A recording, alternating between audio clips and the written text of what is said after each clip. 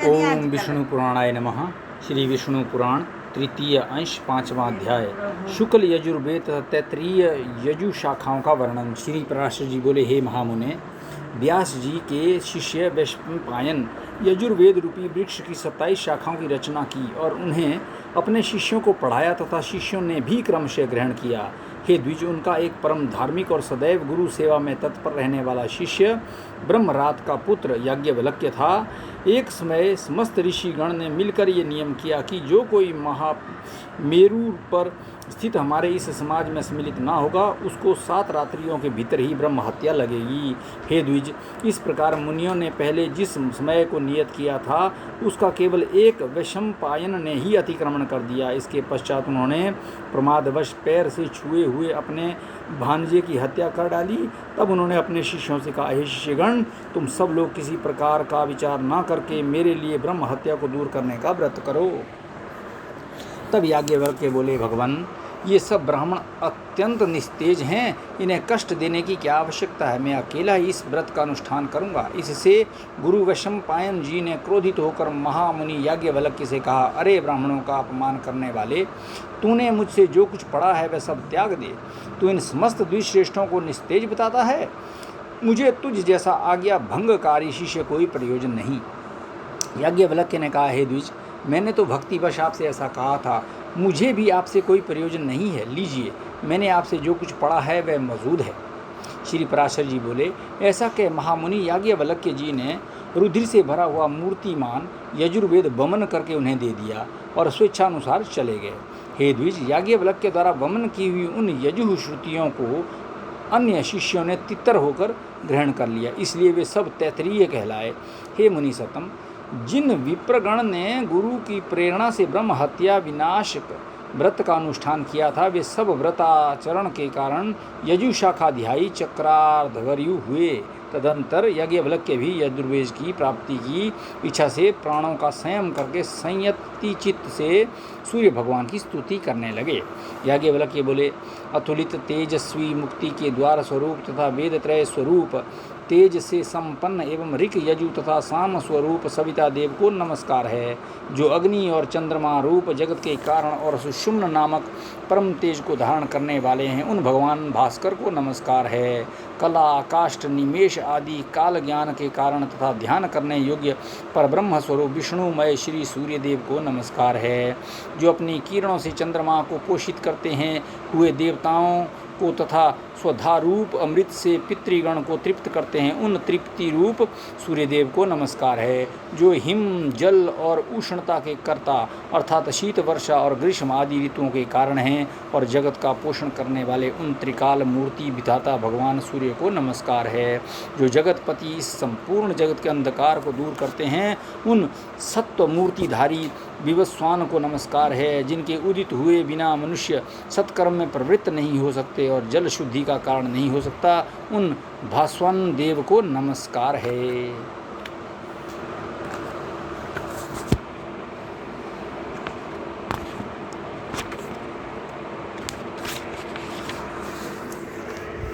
जिनके किरण समूह का स्पर्श होने पर लोक कर्मानुष्ठान के योग्य होता है, उन पवित्रता के कारण शुद्ध स्वरूप सूर्य देव को नमस्कार है। भगवान सविता, सूर्य, भास्कर और विवस्वान को नमस्कार है। देवता आदि समस्त भूतों के आदिभूत आदित्य देव को बारंबार नमस्कार है। जिनका तेजोमय रथ है, प्रज्ञारूप ध्वजाएं हैं, जिन्हें छंदोमय अमर अश्वगण बहन करते हैं तथा जो त्रिभुवन को प्रकाशित करने वाले नेत्र रूप हैं, उन सूर्यदेव को मैं नमस्कार करता हूँ। श्री पराशर जी बोले, उनके इस प्रकार स्तुति करने पर भगवान सूर्य अश्वरूप में प्रकट होकर बोले, तुम अपना अभीष्ट वर मांगो। तब याज्ञवल्क्य जी ने उन्हें प्रणाम करके कहा, आप मुझे उन यजुश्रुतियों का उपदेश कीजिए जिन्हें मेरे गुरु जी भी न जानते हों।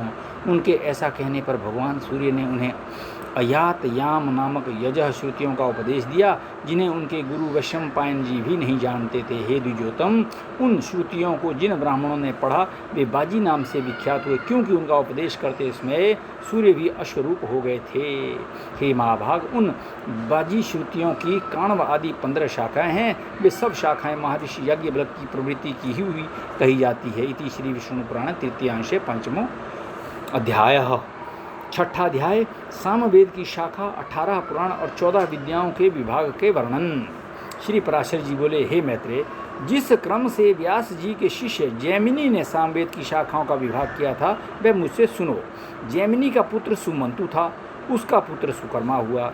उन दोनों महामती पुत्र पौत्रों ने सामवेद की एक एक शाखा का अध्ययन किया। तदंतर सुमंतु के पुत्र सुकर्मा ने अपनी सामवेद संहिता के 1,000 शाखा भेद किए और हे द्विजोतम, उन्हें उसके कौशलभ, हिरण्याव तथा पौष्पिंजी नामक 2 महाव्रती शिष्यों ने ग्रहण किया। हिरण्यनाभ के 500 शिष्य थे जो उद्दीच्य सामग कहलाए।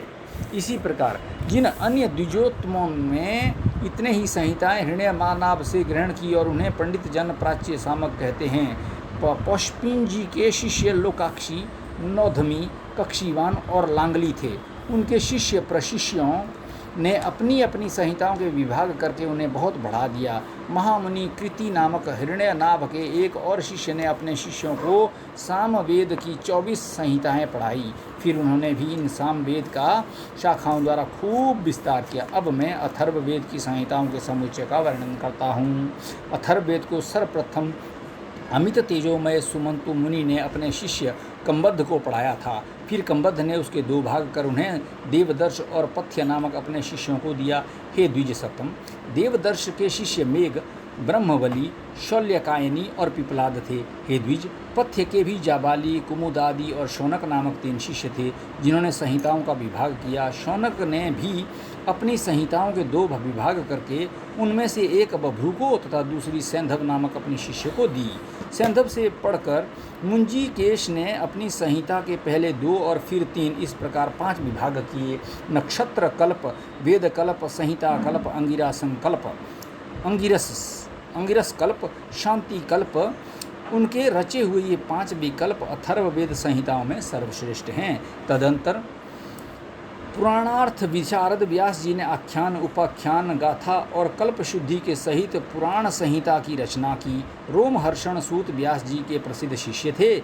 महामती व्यास जी ने उन्हें पुराण संहिता का अध्ययन कराया। उन सूत जी के सुमति, अग्निवर्चा, मित्रायु, शांसपायन, अकृतवर्ण और सावरणी ये 6 शिष्य थे। काश्यप गोत्रीय, अकृतवर्ण, सावरणी और शांसपायन ये तीनों संहिता करता थे। इन तीनों संहिताओं की आधार एक रोमहर्षण जी की संहिता है। हे मुने, इन चारों संहिताओं की सारभूत मैंने ये विष्णु संहिता बनाई है। पुराणज्ञ पुरुष कुल 18 पुराण बतलाते हैं। उन सब में प्राचीनतम ब्रह्म पुराण है। प्रथम पुराण ब्रह्म है, दूसरा पाद्म, तीसरा वैष्णव, चौथा शैव, 5वां भागवत, 6ठा नारदीय, 7वां मार्कंडेय है। इसी प्रकार 8वां आग्नेय, 9वां भविष्यत, 10वां ब्रह्म वैवर्त और 11वां पुराण लैंग कहा गया है। अथा 12वां बराह पुराण, 13वां स्कंद, 14वां वामन, 15वां कौर्म तथा इनके पश्चात मात्स्य, गरुड़ और ब्रह्मांड पुराण हैं। हे ब्रह्मामुने, ये 18 महापुराण हैं। इनके अतिरिक्त मुनिजनों ने और भी अनेक उपपुराण बताए हैं। उन सभी में सृष्टि, प्रलय, देवता आदि के वंश, मनवंतर और भिन्न भिन्न राजवंशों के चरित्र का वर्णन किया गया है। हे मैत्रेय, जिस पुराण को मैं तुम्हें सुना रहा हूँ वह पादम पुराण के अनंतर कहा हुआ वैष्णव नामक महापुराण है। हे साधु श्रेष्ठ, इसमें सर्ग प्रति सर्ग, वंश और मनमंत्र आदि का वर्णन करते हुए सर्वत्र केवल विष्णु भगवान का ही वर्णन किया गया है। 6 वेदांग, 4 वेद, मीमांसा, न्याय, पुराण और धर्मशास्त्र ये ही 14 विद्याएं हैं। इन्हीं में आयुर्वेद, धनुर्वेद और गांधर्व इन तीनों को तथा चौथे अर्थशास्त्र को मिला लेने से कुल 18 विद्याएं हो जाती है। ऋषियों के 3 भेद हैं, प्रथम ब्रह्म ऋषि, द्वितीय देव ऋषि और फिर राज ऋषि। इस प्रकार मैंने तुमसे वेदों की शाखाओं के भेद, उनके रचयिता तथा शाखा भेद के कारणों का भी वर्णन कर दिया। इसी प्रकार समस्त मनमंत्रों में एक से शाखा भेद रहते हैं। हे द्विज, प्रजापति ब्रह्मा जी से प्रकट होने वाली श्रुति तो नित्य है, ये तो उसके विकल्प मात्र हैं। हे मैत्रेय, वेद के संबंध में तुमने मुझसे जो कुछ पूछा था वह मैंने सुना दिया। अब और क्या कहूँ। इति श्री विष्णु पुराणे 3 अंश 6 अध्यायः। ओम विष्णु पुराणाय नमः।